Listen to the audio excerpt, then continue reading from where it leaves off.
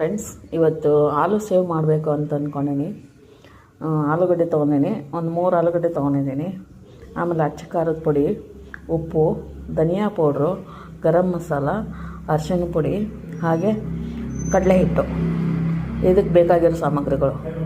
ಇದನ್ನು ಆಲೂಗಡ್ಡೆನ ಏನು ಮಾಡಬೇಕು, ಒಂದು ಚೂರು ಗಂಟಿಲ್ದಂಗೆ ಸ್ಮ್ಯಾಶ್ ಮಾಡ್ಕೊಂಡು ನೋಡಿ. ಆಲೂಗಡ್ಡೆ ಎಲ್ಲ ತುಂಬ ಇದು ಒಂದು ಗಂಟಿಲ್ದಂಗೆ ಅಥವಾ ಒಂದು ಹರಳು ಇಲ್ದಂಗೆ ನೀಟಾಗಿ ಮಾಡ್ಕೊಂಡಿದ್ದೀನಿ. ಇದಕ್ಕೆ ಏನು ಮಾಡ್ತೀನಿ, ಈ ಐಟಮ್ಸ್ ಎಲ್ಲ ಸೇರಿಸ್ಕೊಳ್ತೀನಿ. ಇದಕ್ಕೆ ನಾನೇನು ನೀರೇನು ಮಿಕ್ಸ್ ಮಾಡಿಲ್ಲ. ಏನು ಆಲೂಗಡ್ಡೆ ಸ್ಮ್ಯಾಶ್ ಮಾಡ್ಕೊಂಡಿದ್ವಲ್ಲ, ಅದಕ್ಕೆ ಅದನ್ನೆಲ್ಲ ಹಾಕಿ ಅದರಲ್ಲೇ ಇದಾಗ್ತಾಯಿದೆ. ನಾನು ಯಾವುದೇ ರೀತಿಯಿಂದ ನೀರು ಇದು ಮಾಡಿಲ್ಲ. ಸ್ವಲ್ಪ ಕೈಗೆ ಎಣ್ಣೆ ಹಚ್ಕೊಂಡು ನೋಡಿ, ಇಲ್ಲಿ ಎಣ್ಣೆ ತೊಗೊಂಡಿದ್ದೀನಿ. ಚೂರು ಕೈಗೆ ಎಣ್ಣೆ ಹಚ್ಕೊಂಡು ಇದನ್ನು ಆಮೇಲೆ ಒಂದು ಏನಂತಾರೆ, ಹಿಟ್ಟು ನಾದಿರೋ ಥರ ಆಕಾರದಲ್ಲಿ ಮಾಡಿಕೊಂಡು ಆಮೇಲೆ ತೋರಿಸ್ತೀನಿ.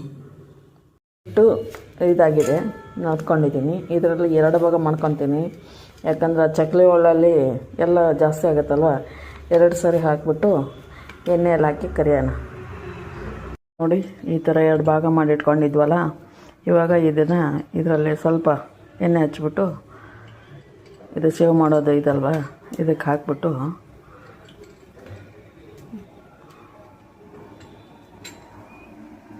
ಎಣ್ಣೆ ಎಲ್ಲ ಕರಿಯೋದು. ನೋಡಿ, ಈ ಥರ ತೆಗೆದು ಹಾಕ್ಬಿಟ್ಟು ಎಣ್ಣೆಲ್ಲ ಹಾಕ್ತಾ ಇದ್ದೀನಿ. ನೋಡಿ ಫ್ರೆಂಡ್ಸ್, ಆಲೂ ಸೇವ್ ರೆಡಿ.